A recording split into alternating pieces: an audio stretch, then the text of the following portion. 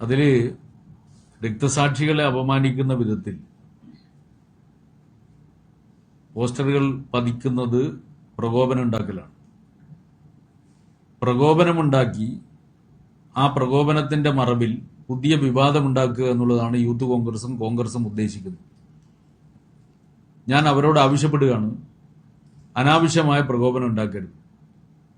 രക്തസാക്ഷികൾ എന്ന് പറഞ്ഞാൽ ഇടതുപക്ഷത്തെ സംബന്ധിച്ചിടത്തോളം മറ്റെന്തിനേക്കാളും വലുതാണ്. ആ രക്തസാക്ഷികളെ അപമാനിക്കാൻ വേണ്ടി പുറപ്പെട്ടാൽ അത് പ്രകോപനം ഉണ്ടാക്കുന്ന ഒന്നായിരിക്കും.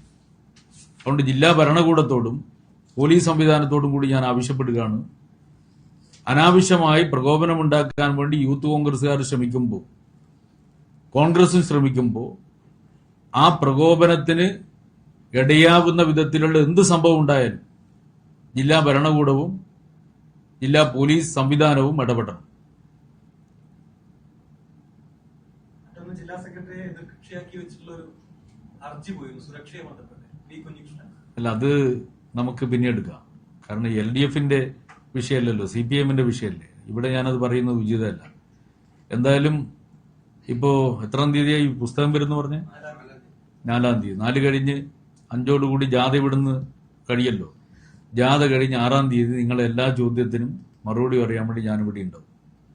നിങ്ങൾ എല്ലാ ആ പുസ്തകം നന്നായി വായിച്ച് ആവശ്യമുള്ള ചോദ്യങ്ങളെല്ലാം തയ്യാറാക്കി റെഡിയാക്കി നിങ്ങൾ വന്നോളൂ. ഞാനിവിടെ ഉണ്ടാവും. നമുക്ക് പരസ്പരം കാണാം. മതിയല്ലോ?